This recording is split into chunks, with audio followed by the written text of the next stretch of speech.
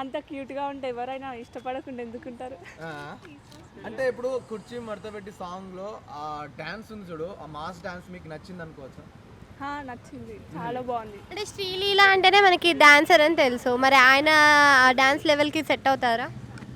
ఆయన శ్రీలీలను మించి ఆయన డ్యాన్స్ చేశాడు దాంట్లో. అంటే శ్రీలీల మీకు నచ్చలేదా?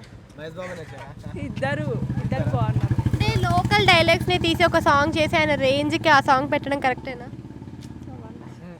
ఆమె ఏంది ఓకే.